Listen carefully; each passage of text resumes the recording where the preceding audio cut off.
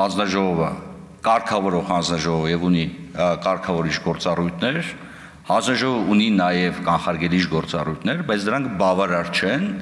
էներգետիկայի բնագավառում ազգային անվտանգության, սպառողների իրավունքների պաշտպանության հետ կապված հարցերի պարագայում օպերատիվ որոշումների կայացման եւ համակարգի կառավարելիությունը երաշխավորելու հարցում։ Եվ եւս մեկ անգամ ասում եմ, խոսքը վերաբերվում է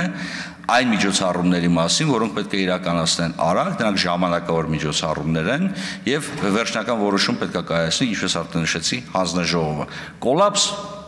մոտավորապես պատկերացրեք հետեւյալ իրավիճակը՝ էլեկտրոավտոմեքենաների քանակը, այն բոլոր սարքերի քանակը, որոնք աշխատում են հիմա հոսանքով։